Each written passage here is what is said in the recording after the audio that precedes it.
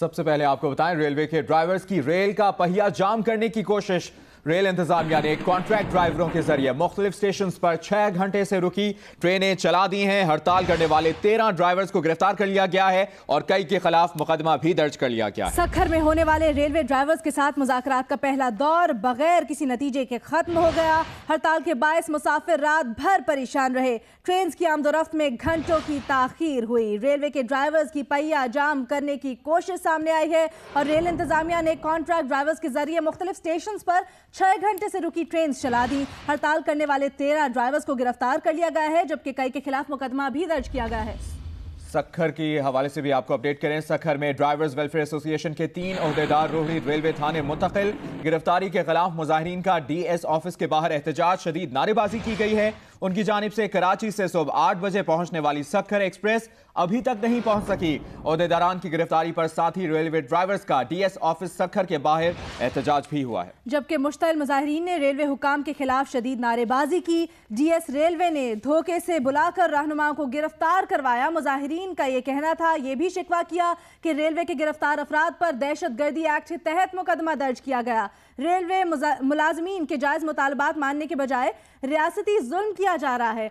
मुजाहिरीन आपको शिकवे शिकायत बता रहे हैं जिन्होंने एहतजाज किया ओहदेदारान की गिरफ्तारी के खिलाफ। और आपको ये भी बताएं कि ड्राइवर्स वेलफेयर एसोसिएशन के 3 ओहदेदार रोहड़ी रेलवे थाने मुंतकिल कर दिए गए हैं। तमाम तर सूरत हाल पर बात करेंगे। हमारे साथ नुमाइंदगान मौजूद हैं। सक्खर से हमें ज्वाइन करें यासिर फारूकी, कराची से राना जावेद और लाहौर से नवीन अली हमें ज्वाइन कर रही हैं। सबसे पहले सक्खर का रुख करेंगे। यासिर फारूकी, आपके पास ताज़ा तरीन सूरत हाल की अपडेट क्या है, क्या मालूमात है, इंफॉर्मेशन शेयर कीजिएगा। जी बिल्कुल, इस वक्त भी महकमा रेलवे सक्खर डिवीज़न के 200 से ज़ायद जो है रेलवे ड्राइवर सरापा एहतजाज हैं। उनके रहनुमाओं को मुज़ाकरात के लिए डीएस ऑफिस सुबह के वक्त तलब किया गया था, लेकिन धोखे से उनको गिरफ्तार कर लिया गया है। ये कहना है जो बाहर मौजूद हैं रेलवे ड्राइवर्स के रहनुमा कि हमारे 3 साथियों को मुज़ाकरात के लिए यहाँ डीएस राहत मिर्ज़ा ने बुलाया, लेकिन धोखे से गिरफ्तार कर लिया और उन पर दहशतगर्दी एक्ट के तहत मुकदमा दर्ज कर लिया है। यहाँ पर मुश्तइल मुजाहिरीन ने डीएस ऑफिस के बाहर एहतजाजी धरना दिया हुआ था कि 3 जो गिरफ्तार रहनुमा हैं उन्हें यहाँ से मुंतकिल करने की पहले कोशिश की गई, जिस पे यहाँ पे मुश्तइल मुजाहिरीन की जानिब से मज़ाहमत की गई और जिस पे पुलिस की जानिब से, रेलवे पुलिस की जानिब से लाठीचार्ज किया गया, हाथापाई हुई, जिसके नतीजे में एक रेलवे ड्राइवर जो है बेहोश हो गया, जिसे अस्पताल मुंतकिल कर दिया गया है। अब से कुछ देर पहले एक बार फिर कोशिश की गई कि तीनों रहनुमाओं जिन्हें गिरफ्तार किया गया है उन्हें यहाँ से मुंतकिल किया जाए।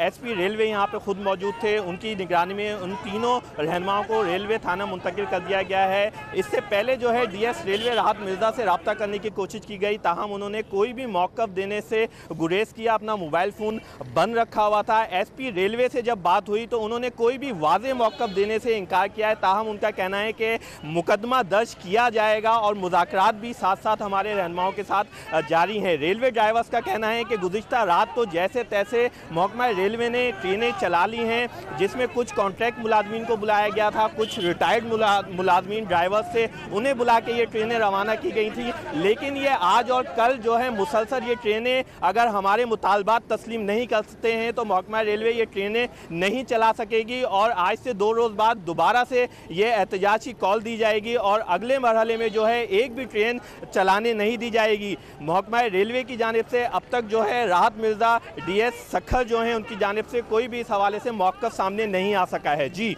ठीक, आप हमारे साथ ही रहिएगा। यासिर, हम अभी कराची का रुख करते हैं और राना जावेद आपसे जानना चाहेंगे कि कराची में ट्रेन का शेड्यूल कैसा है, मुतासिर हो रहा है क्या? जी बिल्कुल, कराची जो अंदरून मुल्क से कराची जो ट्रेनें आनी थी वो ताख़िर से यहाँ पहुँची, तो ताख़िर से ही रवाना होंगी। सुबह सवेरे यहाँ पर आज यहाँ पर हज़ारा एक्सप्रेस और अवामी एक्सप्रेस जो कि जिनको सुबह 6 या 6:30 बजे रवाना होना था वो ताख़िर से 9 साढ़े 9 बजे रवाना हुई, यानी कि 3 घंटे की ताख़िर से रवाना हुई। शालीमार एक्सप्रेस को सुबह 7:30 बजे कराची कैंट स्टेशन पहुँचना था, लेकिन वो हड़ताल के बायस सुबह 10 बजे यहाँ पहुँची, तो अब वो देर से पहुँची, तो कई घंटे ताख़िर के बाद पहुँची, तो कई घंटे ताख़िर से रवाना होगी। अब से 20 मिनट बाद शालीमार एक्सप्रेस एक्सप्रेस जो है वो यहाँ से कराची से लाहौर के लिए रवाना होगी। प्लेटफॉर्म नंबर 7 पर उसे लगा दिया गया है, मुसाफिर बैठे हैं। लेकिन अब कराची से ऑपरेशन मामूल पर आ चुका है, लेकिन जो ट्रेनें मुल्क भर से ताख़िर से पहुँचेंगी तो वो सर्विस के बाद ताख़िर से ही मुसाफिरों के लिए तैयार होंगी, उसके बाद ताख़िर से रवाना होंगी। इस वक्त जो आप देख सकते हैं कि जो मुसाफिर यहाँ मौजूद हैं ये पाकिस्तान एक्सप्रेस के मुसाफिर हैं, क्योंकि शालीमार एक्सप्रेस के मुसाफिर वो अपनी ट्रेन में बैठ चुके हैं। लेकिन ये पाकिस्तान एक्सप्रेस के मुसाफिर हैं जो कि 1 बजे यहाँ रवाना होनी थी, लेकिन वो अभी कराची ही नहीं पहुँची है। तो जब कराची पहुँचेगी तो उसके बाद उसे सर्विस करने के बाद उसमें पानी वगैरह की सहूलियत फराहम करने के बाद ताख़िर से वो प्लेटफॉर्म पर लगाई जाएगी, जिसके बाद ये मुसाफिर रवाना होंगी। इसी तरह बाकी जो ट्रेनें हैं जो 1 बजे के बाद कराकोरम एक्सप्रेस और कराची एक्सप्रेस है वो भी ताख़िर से ही कराची से रवाना होंगी। लेकिन कराची से सूरत हाल मामूल पर है यहाँ पर। जी, कराची की सूरत हाल मामूल पर है। लाहौर की सूरत हाल जान लेते हैं। नवीन अली, आप बताइएगा लाहौर में क्या सूरत हाल है, ट्रेन की आमदोरफ्त के हवाले से क्या सूरत हाल है? जी बिल्कुल, लाहौर में रेलवे स्टेशन पर जो ट्रेनों की आमदरफ्त की सूरत हाल है वो काफ़ी हद तक अब महमूल पे आने लगी है। हाँ, चूँकि अभी भी जो है बहुत सारी ट्रेनें ऐसी हैं जो कि ताख़ीर का शिकार हैं, 5 से 6 घंटे जो है लेट हैं ट्रेनें, लेकिन जिनका शेड्यूल लगाया गया है। लेकिन अब से कुछ देर पहले जो है तकरीबन 1.5 घंटा पहले अवामी एक्सप्रेस यहाँ पर आई है, उसके बाद जाफर एक्सप्रेस, और अब से चंद ही मिनट पहले जो है बिज़नेस एक्सप्रेस यहाँ पर आई है। यहाँ के मुसाफिर जो कोयटा से, कराची से जो मुसाफिर यहाँ पर आए हैं उनसे मेरी बात हुई है तो उनका ये कहना है कि उन्हें शदीद तरीन मसाइल का सामना करना पड़ा है, क्योंकि रास्ते में जो ट्रेन थी वो 2 से 3 स्टेशन पर जो है 2-3 घंटे जो है वो रुकी है, और वहाँ पर उनको भी नहीं मालूम था कि उसके बाद स्टे करने के बाद जो है दोबारा ट्रेन कब चलेगी। तो इस तरह मुख्तलिफ वक्फों के साथ जो है फाइनली जो है ट्रेनें जो है मामूल के ऊपर आ रही हैं, आमदरफ जो है मामूल पर आना शुरू हो गई है। सुबह जो था शेड्यूल के मुताबिक 7 ट्रेनें ऐसी थी जिनकी ताख़ीर थी जो कि 5-5 घंटे लेट थी, लेकिन अब उनमें से सिर्फ 2 ट्रेनें ऐसी रह गई हैं जो कि अभी भी 5 से 6 घंटे लेट हैं। जो मुसाफिर हैं यहाँ के, जिन्होंने यहाँ से जाना है, बहुत सारे मुसाफिर तो ऐसे भी देखने में आए हैं जिन्होंने अपनी टिकट्स वापस कर दी हैं और पैसे वापस लेने के मुताबिक आ रही हैं। लाहौर में बहुत शुक्रिया नवीन अली, लाहौर से अपडेट करी थी। राना जावेद कराची से, जबकि सक्कर से हमें अपडेट करे थे यासिर फारूकी। सबका बहुत शुक्रिया। अभी आपको बराह रास्त लिए चलेंगे बनी गाला, जहां पर पाकिस्तान तहरीक इंसाफ के चेयरमैन इमरान खान मीडिया से गुफ्तगू। तो मैंने ये आपको इस इमरजेंसी प्रेस कॉन्फ्रेंस पे इसलिए बुलाया कि ये ज़रूरी था कि मैं आपके सामने ये इश्यूज़ को आवाम के सामने लेके आऊँ, क्योंकि आवाम को एक धोखा दिया जा रहा है। आवाम में ये तासुर पैदा किया जा रहा है, ये शरीफ ख़ानदान ये तासुर पैदा कर रहे हैं कि जब से इन्होंने कोई बताया कि इनके पास पैसा किधर से आया लंदन की अपार्टमेंट्स का, ना वो पाकिस्तान से बाहर कैसे गया, ना उसके ऊपर टैक्स दिया या नहीं, क्यों कंसील किया, कुछ भी नहीं बता सके। मज़ीद और चार्जेस लग गए इनके ऊपर कि सुप्रीम कोर्ट में इन्होंने झूठ बोले, फिर इन्होंने जालसाजी की, जाली दस्तावेज़ात दी सुप्रीम कोर्ट में। तो अब वो इस पे आ गए हैं कि जनाब अच्छा अगर हम चोर हैं तो बाकी भी सारे चोर हैं। तो ये मुझे ये तासुर मिला जब मैंने अखबार पढ़े कि ये तासुर दिया जा रहा है कि जनाब इमरान खान और हमारा एक ही केस है। तो इसलिए मैं अपनी कौम के सामने, क्योंकि कौम को धोखा दिया जा रहा है, इसलिए मेरे पास कागजात भी हैं, मैं ज़रा बताना चाहता हूँ कि इनका क्या केस है, मेरा क्या केस है, इनके ऊपर क्या इल्ज़ामात लगे थे। Money laundering. मनी लॉन्ड्रिंग का मतलब होता है कि चोरी करो पहले मुल्क से और फिर चोरी के पैसे को मुल्क से बाहर भेजो। ये सबसे बड़ा जुर्म है पाकिस्तान का, क्योंकि ये इस मुल्क को मकरूज़ कर रहा है। यहाँ से पैसा बाहर जाता है, यहाँ सरमायाकारी नहीं होती, इन्वेस्टमेंट नहीं होती, नौकरियाँ नहीं मिलती। तो मनी लॉन्ड्रिंग, और उसके बाद टैक्स इवेजन, टैक्स की चोरी, पैसे की चोरी, टैक्स की चोरी, और उसके बाद इन्होंने ये छुपाया सारा कुछ। और फिर जब अदालत ने मांगा तो अदालत के सामने झूठ बोला। तो मैं आपके सामने पहले ये कहना चाहता हूँ कि मेरे ऊपर क्या केस है। मैं पैसा बाहर कमाया, ये मैं अभी आपको दिखाऊंगा डॉक्यूमेंट्स। बाहर कमा के मैं वो पैसे को पाकिस्तान लाया और मैंने ये ख़रीदा, ये बनी गाला, ये भी मैं डॉक्यूमेंट्स आपको दिखाऊंगा। तो नाम मनी लॉन्ड्रिंग हुई, क्योंकि पाकिस्तान से बाहर तो नहीं, पाकिस्तान पैसा आया टैक्स एवेजन नहीं, क्योंकि टैक्स तो मैं बाहर देता था। अगर किसी को फिक्र करनी चाहिए तो उनको करनी चाहिए। और कंसीलमेंट ऑफ एसेट्स नहीं, क्योंकि मेरी फ्लैट डिक्लेयर्ड था 2002 में, सबको पता था।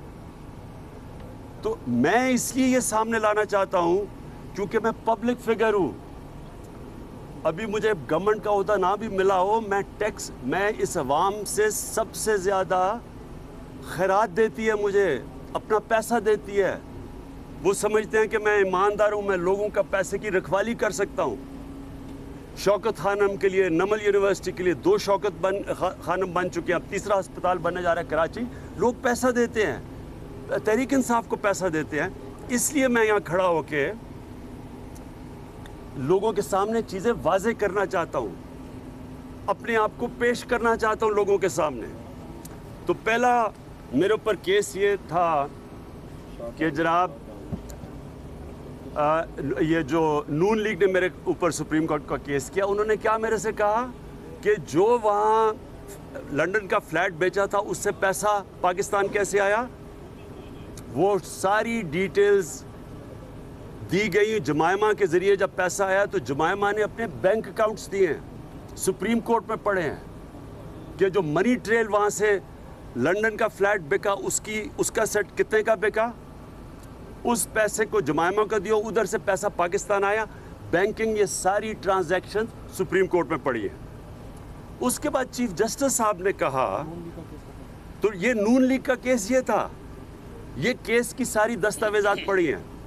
फिर चीफ जस्टिस साहब ने कहा कि हमें ये बताएं कि आपने ये जो लंदन का फ्लैट था ये किस पैसे से ख़रीदा। ये चीफ जस्टिस साहब ने कहा। उसके लिए मैंने फिर मज़ीद और दस्तावेज़ात दी, और मैं आपके सामने रखना चाहता हूँ वो दस्तावेज़ात जो आज कहा गया कई अखबारों में, कई सहाफ़ियों ने, कि जनाब कोई मनी ट्रेल नहीं थी, कोई पैसे नहीं मिले, कोई पता नहीं चला कि जी लंदन का फ्लैट किस पैसे से ख़रीदा गया है। लोगों को मिसलीड किया जा रहा है, धोखा दिया जा रहा है। नून लीग कल से जो शुरू हुई है कि वो ऐसे कर रहे हैं जैसे पता नहीं क्या चीज़ इंकिशाफ हो गया। तो मैं आपके सामने ये सबसे पहले ये मैं दस्तावेज़ात जो सुप्रीम कोर्ट में दी, ये कि जो मेरे लंदन के फ्लैट की मॉर्गेज है कितने की है ये दी। इसके ऊपर फिर सारा पीछे बाकी है कि इसकी पेमेंट्स कितनी देती गई हैं, सारे बैंकिंग स्टेटमेंट्स हैं कि ये मॉर्गेज पेमेंट्स कब तक होती रही, 1989 तक होती गई। तो 83-84 में फ्लैट लिया, कितने का लिया, मॉर्गेज कितने की है, पेमेंट्स दी गई। पहले ये दे दिया, तो ये कहने के लिए कि जनाब कुछ नहीं है, ये पहले ये भी है। फिर उसके बाद कि जनाब ये पैसा किधर से आया। मैंने कैरी पैकर का, जो मैं 77 से 79 खेलता था, उसका मैंने लेटर दिया। ये है director world series cricket Austin Roberts. मुझे बड़ा अफसोस हुआ कि आज न्यूज़ अखबार में ये लिखा गया है कि ये कतरी का ख़त है। न्यूज़ अखबार में ये लिखा गया, जनाब मीर शकीलुर रहमान साहब, अगर आप थोड़ी सी तकलीफ़ कर लेते, और ये आदमी जिसका नाम है ऑस्टिन रॉबर्ट्स, ये डायरेक्टर वर्ल्ड सीरीज़ क्रिकेट है, ये ज़िंदा हैं, ये कहीं इस तरह ये दुनिया से बाहर नहीं है, ये अभी ज़िंदा हैं। इन्होंने मुझे, इसने लिखा कि उसने मुझे साइन अप किया था 1977 में। मुझे ही नहीं सिर्फ किया, इन्होंने ज़हीर अब्बास को साइन अप किया, इन्होंने आसिफ इकबाल को किया, इन्होंने माजिद खान को किया, इन्होंने जावेद मियादाद को किया, इन्होंने 50 और दुनिया से क्रिकेटर्स को साइन किया। ये स्टैंडर्ड कॉन्ट्रैक्ट था $25,000 साल का। अगर आप अपने आप को इतना बड़े मीडिया डॉन समझते हैं और आप इन्वेस्टिगेटिव जर्नलिज्म में मानते हैं, तो ये ऑस्टिन रॉबर्ट्स को कॉल करें, उसका पूरा, इससे पूरा चेक करें इसकी बैकग्राउंड। आपको पता चलेगा कि ये कतरी ख़त नहीं है कि सुना था ये हुआ तो सुना था वो हुआ। ये आपको बताएगा, इसके पास डॉक्यूमेंट्स होंगी, आर्काइव्स में होगा कि उसने कितने सारे, हमारा स्टैंडर्ड कॉन्ट्रैक्ट था, मेरा अकेला नहीं था, ये 50 क्रिकेटर्स का स्टैंडर्ड कॉन्ट्रैक्ट था, $25,000। ये फिर ससेक्स, 11 साल में ससेक्स के लिए खेला, ये ससेक्स की क्रिकेट क्लब ने ये पूरी उन्होंने अपने सर्टिफिकेट दिया है और ये ससेक्स क्लब का ऑफिशियल लेटर है। ये क्या कहता है? ये कहता है कि मैं 77 से 78 तक ससेक्स में खेला और ये कहता है कि 6 महीने का कॉन्ट्रैक्ट होता था साल का। ये कहता है कि हमारे एट सोर्स मेरा टैक्स कटता था, 33% टैक्स मेरा एट सोर्स कटता था।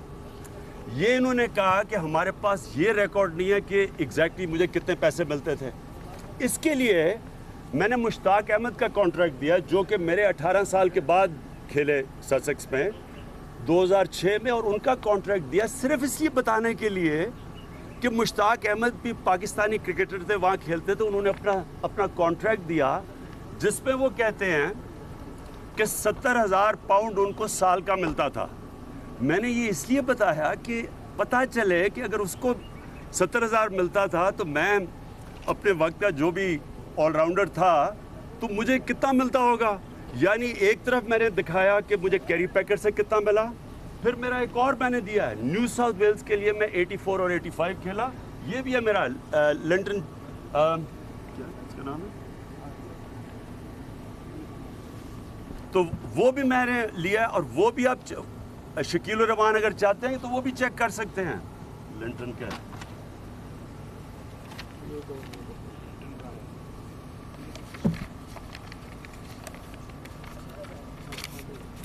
लंदन के तो $50,000 वो मैंने लिखा, $75,000 उधर से कमाया और उन दिनों में पाउंड और डॉलर एक ही जितना था लेट 70s में। ये भी चेक कर सकते हैं आप।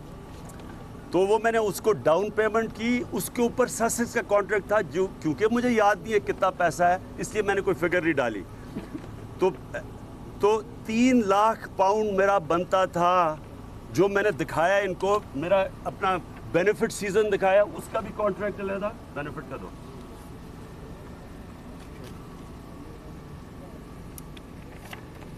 मैंने अपना, हाँ ये बेनिफिट सीजन है मेरा। 1987 में मेरा बेनिफिट हुआ 1,90,000 पाउंड। ये कोई चेक कर सकता है। टोटल इससे ज़्यादा था। ये पैसा सिर्फ मुझे 1 साल का बेनिफिट सीजन मिला। मैंने ये इसलिए बताया कि मेरा जो टोटल था 3 लाख पाउंड था, फ्लैट आया 117,000 पाउंड का। तो मेरे पास पैसा दिखाना था कि किस पैसे से लिए, वो मैंने दिखा दिया है। तो कौन कह रहा है कि मनी ट्रेल नहीं है?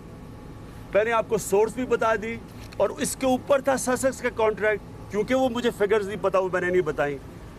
तो जो मैं कहने की कोशिश कर रहा हूँ वो ये कि सारे पेपर्स मेरे अवेलेबल हैं, ये अदालत में दिए हुए हैं। कोई भी चाहता है चेक कर सकता है। मैं आपको लेटर दूंगा, कोई चाहता है कि इनलैंड रेवेन्यू जो इंग्लैंड के अंदर है, मेरे जो जितना मैंने टैक्स दिया, कोई भी चेक करना चाहता है, मैं उसको लेटर दूंगा कि जाके इनलैंड रेवेन्यू को उनसे पूछो कि मैंने कितना टैक्स दिया था। उससे पता चल जाएगा शायद मेरी इनकम भी। लेकिन जो इनकम है मैं दिखा चुका हूँ, कितनी सोर्स थी, 3 लाख पाउंड मैं दिखा चुका हूँ। इसमें 3 लाख पाउंड दिखा चुका हूँ।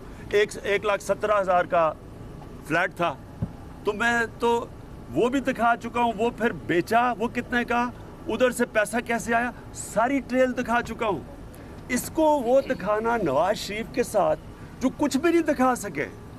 अभी तक ये भी नहीं पता कि फ्लैट क्या, हुसैन शरीफ जो कह रहे हैं मेरा फ्लैट है, उन्होंने वो डीड भी नहीं दिखा सके कि उनका फ्लैट है, या मॉर्गेज दिखा दिया कि कितने पैसे देता था मैं, और ये भी वो नहीं दिखा सके कि पैसा बाहर कैसे गया। वो तो कोई भी डिटेल ही दे सके। मैंने आप सारी डिटेल्स दे चुका हूँ। इसलिए मैं ये कह रहा हूँ कि ये जो कोशिश की जा रही है कि एक तरफ इस मुल्क के ऊपर डाका डाल के पैसा बाहर, दूसरी तरफ हलाल का पैसा कमा के पाकिस्तान पैसा लेके आऊँ। 20 साल बाहर कमाई किया, आज एक मेरा रुपया पाकिस्तान से बाहर नहीं है। सारा पैसा पाकिस्तान है, मेरे नाम पे है, कोई बेनामी नहीं है, मेरे बच्चों के नाम पे नहीं है, सब कुछ मेरे नाम पे है, यहाँ पड़ा हुआ है, पाकिस्तान है। इनका मैं आपको राइटिंग में देता हूँ कि ये जो भी चीज़ें सामने आई हैं, ये तो थोड़ी सी चीज़ें आई हैं। इनके और इनके बच्चों की अरबों रुपए की प्रॉपर्टीज़ बाहर पड़ी हैं। इनकी क्या बिजनेस थी, इनकी बाहर क्या बिजनेस थी? एक गल्फ स्टील थी 1980 में जो नुकसान करके बंद हो गई। उसके अलावा इनके पास क्या बिजनेस थी बाहर जो आज अरबों रुपए की प्रॉपर्टी है? मेरा फ्लैट कितने का लिया गया था? 60 लाख रुपए का। 84 में जब मैंने लिया था 60 लाख रुपए का था। इसका हसन शरीफ किस घर में रहता है? वन हाइट पार्क में 600 करोड़ रुपए के घर में रहता है। इनके लंदन के फ्लैट कितने हैं? 5 फ्लैट मिला रहे हो, ये 500-600 करोड़ रुपए के हैं। तो ये कहना कि जी इमरान का फ्लैट जो 60 लाख में आया था, इनके अरबों रुपए की प्रॉपर्टीज बाहर है और अभी तो ये सामने आई हैं। ये कभी किसी को अंदाजा नहीं कि कितनी और प्रॉपर्टीज इनकी बाहर पड़ी हुई है। इसलिए आज मैं खास तौर पे, हाँ, ये लिंटन टेलर का, ये जो मेरे $50,000 मेरे थे न्यू साउथ वेल्स के लिए खेलने के लिए 84-85 से, वो भी मुझे मिल गया है। ये सारे मैंने दस्तावेजात सुप्रीम कोर्ट में दिए हैं। मैं ये चाहता हूँ कोई चाहे, ये लोग जिंदा हैं, इनको टेलीफोन करें, इनको कांटेक्ट करें, ये आपको सारी डिटेल्स दे देंगे। जो मेरे साथ ऑस्ट्रेलिया में खेला था सारे लिंटन टेलर को जानते हैं। जो मेरे साथ खेला था सारे ऑस्टिन रॉबर्ट्स को जानते हैं, वो डायरेक्टर थे, हमें साइन कर रहे थे। और यहाँ हैं, ज़हीर अब्बास है, माजिद खान है, जावेद मियांदाद है, आसिफ इकबाल इंग्लैंड में, इन किसी से पूछ लें, सब हमने इकट्ठे साइन किया था, हमारा एक ही कॉन्ट्रैक्ट था। तो ये कहना कि जी कतरी खाता है शकील रहमान साहब, अभी आपकी भी बारी आएगी। हम पता चलवाएंगे कि आपके 2 एमिरेट्स हिल में अरबों रुपए के किधर से आए घर, किधर से कौन सी मनी ट्रेल थी। लंदन में जो रोल्स रॉयस आप चलाते हैं और वहाँ घर है, वो किधर से आया पैसा, वो भी अपने आप को बताना पड़ेगा। हमें जो कह रहे हैं कि जनाब ये कतरी खत है, कतरी खत वो था जो नवाज शरीफ का था, कि जो ना आज तक बता सकता है कि किधर से पैसा आया, कैसे गया, बाहर कैसे गया। जी साहब, कल ख्वाजा आसिफ ने, अभी आपने अपनी पोजीशन वाज़ेह की है, ख्वाजा आसिफ ने डबल शाह का लफ्ज़ इस्तेमाल किया आपके बारे में, और दूसरा खुर्शीद शाह ने भी ये कहा कि मियाँ साहब के बाद आपकी बारी है। इसके ऊपर आपका क्या कहना? देखिए, ख्वाजा आसिफ जो है, इसको दुनिया में भी ध्यान रखना चाहिए, क्योंकि कैंसर एक ऐसी बीमारी है जो किसी को भी हो सकती है, और इसको अपनी आखिरत की भी फ़िक्र करनी चाहिए है कि पाकिस्तान का सबसे बड़ा खैराती इदारा है, और ये जो आदमी अपने आका की चोरी बचाने के लिए, और इसको ये भी डर है कि अगला इसकी बारी आनी है। 480 अरब रुपए की इसने जो आते साथ ही सर्कुलर डेट में पैसे दिए गए थे, उसमें अभी तक 180 अरब रुपए का सेनेट की फाइनेंस कमेटी के मुताबिक फ्रॉड है। ये सारा करप्ट टोला इकट्ठा हुआ है अपनी चोरी बचाने के लिए। पाकिस्तान के सबसे बड़े खैराती इदारा, जो कि दुनिया में कहीं नहीं करता कोई हॉस्पिटल, 70% से ज़्यादा कैंसर के मरीज़ों का मुफ्त इलाज। इसको शर्म आनी चाहिए है कि ख़ुद तो चोरी कर के इनके पास पैसा बड़ा जमा हो गया है। जो इस मुल्क में बाहर नहीं जा सकते कैंसर के इलाज के लिए, उनके लिए सिर्फ शौकत खानम है। अगर इसको कोई चीज़ उसमें नज़र आई थी तो हमें बताए, क्यों नहीं अदालत में लेके जाता, क्यों नहीं बताता कि खैराती इदारे के अंदर कुछ हो रहा है। मैं इसे चैलेंज करता हूं कि शौकत खानम के अकाउंट्स देखो, मैं इनको कहता हूं आए बताएं क्या गलती हुई है उसमें। एक इन्होंने लगाया जी $3 मिलियन गायब हो गया है, वो $3 मिलियन 2015 में वापस आ गया था शौकत खानम में। ऑडिटेड रिपोर्ट है, हमारी अपनी ऑडिट्स हैं। ये कोई शरीफ ख़ानदान के फाइनेंशियल अफेयर्स नहीं हैं जो सवाए करप्शन के इनके फैक्ट्रीज लॉस कर रही होती हैं और इनकी जायदादें बढ़ती जा रही होती हैं। इनकी इत्तेफाक फाउंड्री नुकसान कर रही होती है और फैक्ट्रियों पे फैक्ट्रियां बनी जा रही होती है और वही बैंक इनको पैसे दे रहे होते हैं। ये इनका है करप्शन का कारोबार। और ये ख्वाजा आसिफ जैसे वो लोग हैं जिनको हड्डियां मिलती हैं, ये भी खाते हैं, वो भी खाता है, इनको भी खिलाते हैं। इनको शर्म नहीं आती कि एक पाकिस्तान का वो इदारा जो हुकूमत को काम करना चाहिए वो एक इदारा कर रहा है, और शर्म नहीं आती कि बेबुनियाद उसके ऊपर इल्ज़ाम लगाते हैं। तो आप गवर्नमेंट में बैठे हैं, मैं आपकी जगह हूँ, और अगर कोई खैराती इदारा चोरी, अवाम का पैसा चोरी करो, मैं तो पकड़ के उनको अगले दिन जेलों में डालूँ। आप क्यों नहीं कार्रवाई करते बजाय इस तरह के इल्ज़ाम? ये 4 साल से इल्ज़ाम लगा रहा है ये घटिया आदमी। और खुर्शीद शाह तो उनको छोड़ो। कल एक वाक़या हुआ, उनके बेटे पे इल्ज़ाम लगा है कि उसने एक नौजवान को तशद्दुद किया है, उसके बाद से अगवा भी किया है, इस पे थाना अखबार में दरखास्त भी जमा हो चुकी है। उससे आप क्या कहेंगे? मैं जो लोग आपको आज नवाज शरीफ की हिमायत में निकलते नज़र आ रहे हैं, मैं इन सबको मुजरिम कहता हूँ। ये हैं मुजरिम। जो एक मुजरिम की चोरी को बचाते हैं उनको कानून में अकम्प्लिस कहते हैं। जो मुजरिम की हिमायत करता है उसके जुर्म छुपाने के लिए, वो भी मुजरिम है। ये मीर शकील रहमान भी मुजरिम है जो अपने अखबार को इस्तेमाल कर रहे हैं इतने बड़े इस मुल्क के माफियाज की चोरी छुपाने के लिए।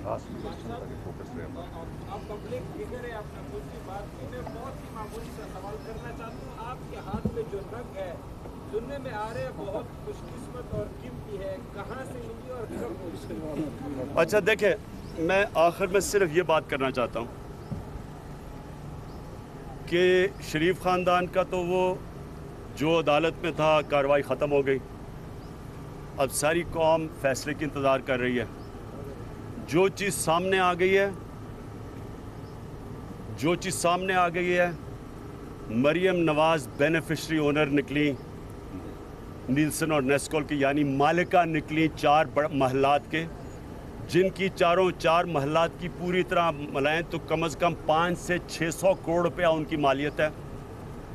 नंबर 2, नवाज शरीफ एक कंपनी जो FZE कंपनी है दुबई में, उसके चेयरमैन निकले, उससे 10,000 दिरहम महीने की तनख्वाह लेते थे मार्केटिंग मैनेजर बन के, जब पाकिस्तान के प्राइम मिनिस्टर थे और अकामा पे वीज़ा लिया हुआ था। वो साबित हो गया।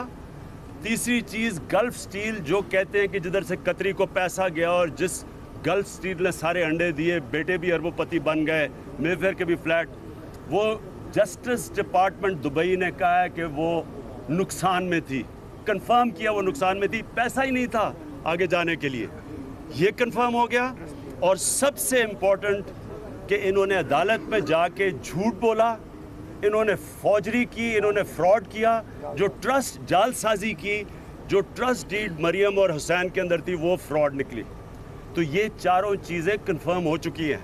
अब सारी कौम फैसले का इंतज़ार कर रही है और इंशाअल्लाह सारी कौम को निजात मिलेगी ये अंधेरी रात से, जो हम सारी इन चोरों की 30 साल की इन्होंने जो मुल्क को लूट के पैसा बाहर लेके गए हैं, जो इस गरीब कौम के ऊपर खर्च करना चाहिए था, जो गरीबों पे, जो यहाँ स्कूल के बच्चों पे, जो यहाँ साफ पीने के पानी पे, जो लोगों को इंसाफ देने पे, वो पैसा चोरी करके मुल्क से बाहर गया, यहाँ बेरोज़गार फिर रहे हैं, यहाँ इस मुल्क के अंदर ये मुल्क को मकरूज़ कर दिया।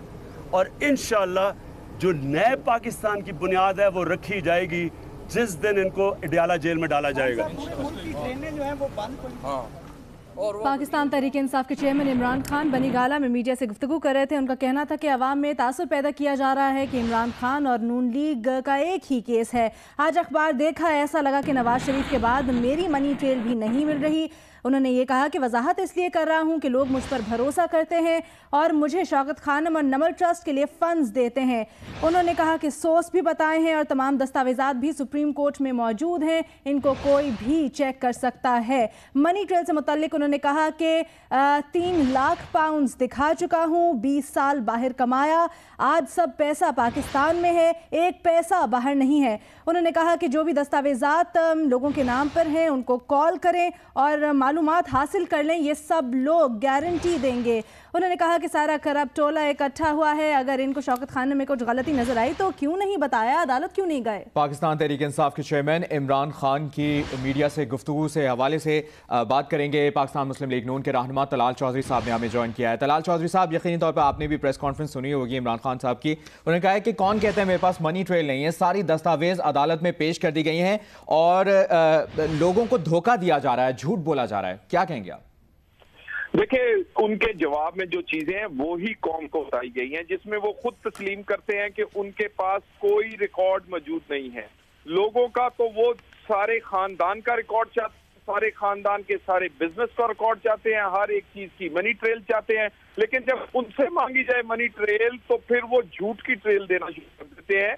उनके पास, उन्होंने खुद तस्लीम किया कि ना फ्लैट खरीदने के राय थे उसकी मनी ट्रेल है, ना फ्लैट बेचने के बाद की जो रकम बनी का खरीदने के लिए लगाई गई ना उसकी मनी ट्रेल मौजूद है। और ये दुनिया का वाहिद आदमी है तो जिस खातून ने अलहदगी इख्तियार की हो, डाइवोर्स चली हो, वो तो थूकती नहीं बंदे पर और वो इनको करोड़ों रुपए देती रही है। ये देखिए, झूठ कौन बोल रहा है वो आज एक्सपोज हो रहा है। और इमरान खान अपनी जात के हवाले से उठने वाले जो सवाल हैं उनका जवाब नहीं दे सके और उन्होंने तस्लीम किया सुप्रीम कोर्ट में अपने जवाब में कि उनके पास ना वो जराए हैं, ना वो मनी ट्रेल है, ना वो रिकॉर्ड है, ना टैक्स डॉक्यूमेंट है, और उन्होंने एक किस्म का तस्लीम किया है कि उनके पास ऐसी कोई चीज नहीं है जिससे साबित कर सके कि उनका पैसा जो है वो जायज है।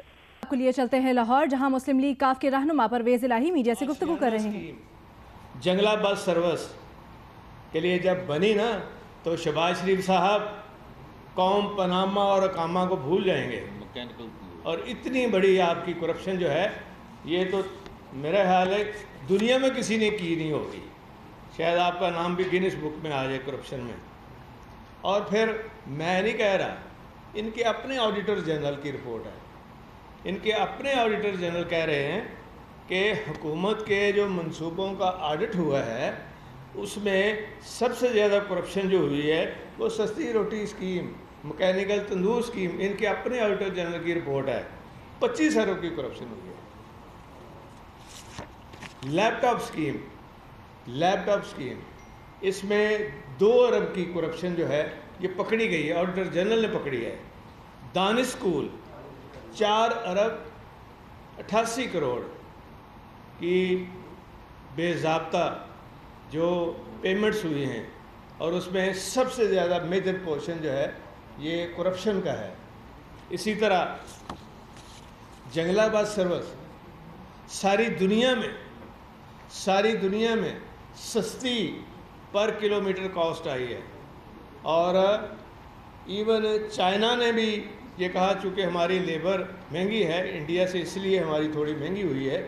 शहबाज शरीफ की जो कास्ट है पर किलोमीटर जंगला बस सर्विस की, ये दुनिया में कॉस्ट नहीं है। अगर यूरोप में कोई बनाए, अमेरिका में कोई बनाए, तो वो भी इतनी कॉस्ट नहीं है जितनी शहबाज शरीफ की तीनों जंगला बस सर्विस में है।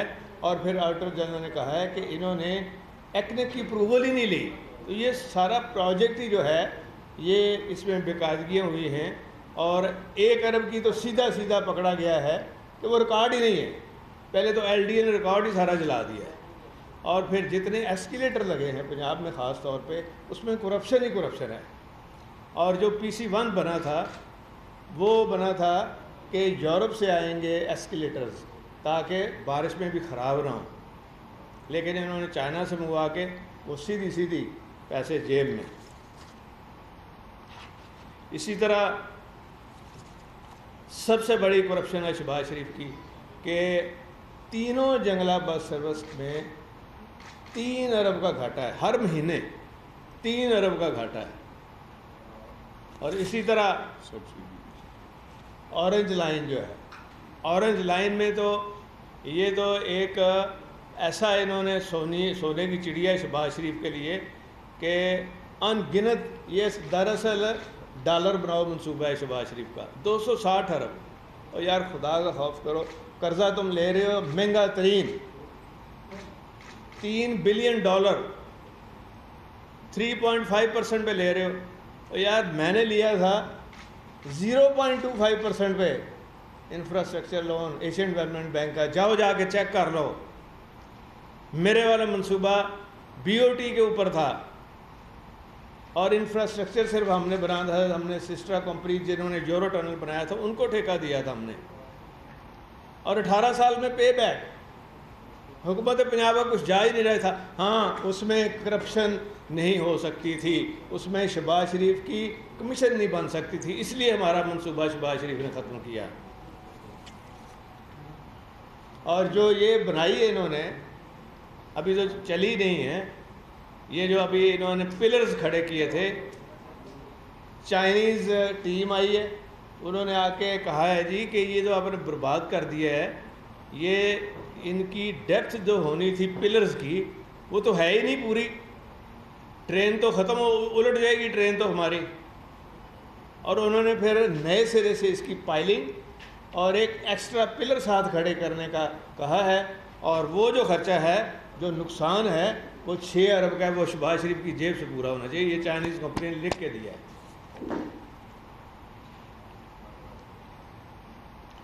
बहावलपुर सोलर पावर प्लांट 17 अरब का, बिजली दे रहा है सिर्फ 18 मेगावाट। आज आप पावर प्लांट लगाएं ना 100 मेगावाट का, तो वो 10 अरब का लगता है। 7 अरब जो है ये शहबाज शरीफ की जेब में गया है, और बिजली भी पैदा करता है 90 से 58 मेगावाट, 98 मेगावाट। और शहबाज शरीफ साहब अब इसको अपनी करप्शन को छुपाने के लिए, पिछले दिनों आपने इश्तहार देखे होंगे, इश्तहार दे ही जा रहे हैं, इश्तहार दे रहे हैं शहबाज शरीफ साहब कि ये बिक जाए। और खुदा का खौफ करो, लोग अंधे हैं, सबको पता है कि ये फेल्ड प्रोजेक्ट है तुम्हारा, और इसमें तुम 7 अरब सीधा सीधा जेब में डाल गए हो। कौन लेगा? 6 दफ़ा इसकी बिड हुई है, किसी ने नहीं लिया। उसको अपनी करप्शन को छुपाने का भी इंशाअल्लाह अल्लाह ताला ने मौका नहीं देना। नंदीपुर प्रोजेक्ट, ये तो एक सबसे बड़ी मिसाल है करप्शन की। 23 अरब से शुरू करते हैं माशाल्लाह, और ये जाता है 84 अरब तक। 84 अरब एक प्रोजेक्ट 23 अरब में जो मुकम्मल होना था, शहबाज शरीफ साहब खुद जाके इफ्ताह करते हैं, और उसका CEO ऐसा ले जाते हैं जिसको तजर्बा ही नहीं है पावर प्लांट चलाने का। वो तो इधर PHA में पौधे शौधे लगा रहा था। तो ये इंतहा है इनकी मैनेजमेंट की और करप्ट प्रैक्टिसेस की। और इसमें 84 अरब का ये जो घपला है वो कौन पूरा करेगा? फिर आशियाना स्कीम, आशियाना स्कीम तो जुल्म है ना आम लोगों से। देखें, इसने 5 मरले का फ्लैट जो है उसकी कीमत 9 लाख बताई। 5 मरले के फ्लैट की कीमत 9 लाख बताई उसने, और फिर कीमत जो है अंदाज़ा करें, फिर कीमत को 15 लाख कर दिया, और 5 मरले की बजाय 3 मरले कर दिया। ये सारी रिपोर्ट भी आ चुकी है। और इसमें जो घपला है ये ऑडिटर जनरल ने भी पकड़ा है। 10 अरब का सीधा सीधा घपला, 10 अरब का। और कहते थे 50,000 घर बनेंगे, लेकिन कुछ भी नहीं है वहाँ, कोई चीज़ ही नहीं। पानी फिर रहा है वहाँ पे, ना सीवरेज है ना कोई चीज़ है। और फिर आपको याद होगा कि वैसे तो बढ़िया है ना शहबाज शरीफ की उछल कूद, आपको देखा ही होगा, कभी इधर कभी उधर। तो एक जगह थी रजोया, इन्होंने कहा कि मुस्लिम लीग ख़ाफ के रहनुमा परवेज़ इलाही लाहौर में मीडिया से गुफ्तगू कर रहे हैं। उनका कहना है कि जंगला बस सर्विस की लागत दुनिया भर में सबसे ज़्यादा है।